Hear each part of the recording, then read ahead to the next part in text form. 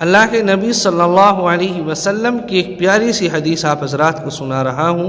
इरशाद फरमाया अल्लाह के नबी ने कि जब मेरे रब ने मुझको मेराज कराई,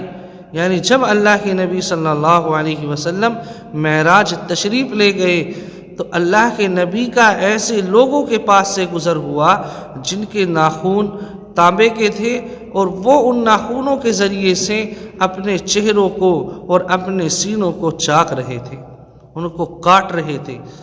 अल्लाह के नबी ने अर्ज़ किया कि जिब्राईल, ये कौन लोग हैं? हज़रत जिब्राईल अलैहिस्सलातु वस्सलाम ने इरशाद फरमाया, अल्लाह के नबी, ये वो लोग हैं जो दुनिया के अंदर इंसानों का गोश्त खाया करते थे, यानी उनकी गीबत किया करते थे,